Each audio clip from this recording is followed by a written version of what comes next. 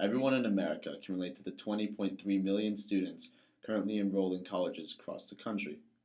Whether through personal experience, friends, or movies, one of the most common stereotypes of college students that I personally have found to be true is that most of them are flat out broke.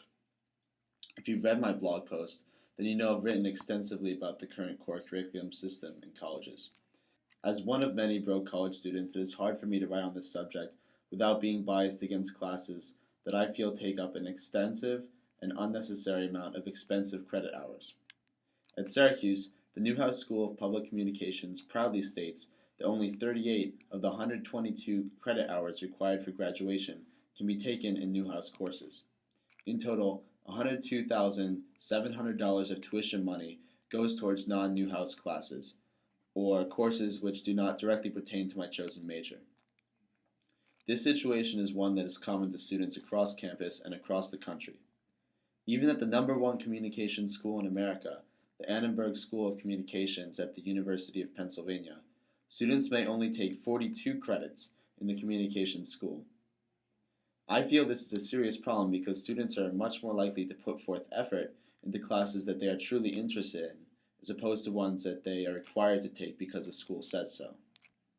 I'm not proposing that core curriculums be eliminated altogether, as one study at Marshall University indicated that students who participate in some form of core curriculum feel a lot more confident entering a job after graduation than those who had no core curriculum at all.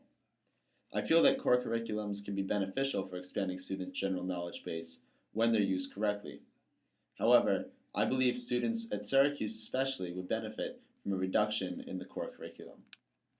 If students were allowed to take more classes that directly pertain to their area of specialty, I believe that GPAs would rise on campus as students would wholeheartedly participate in the new classes that they feel are relevant to subjects they care about.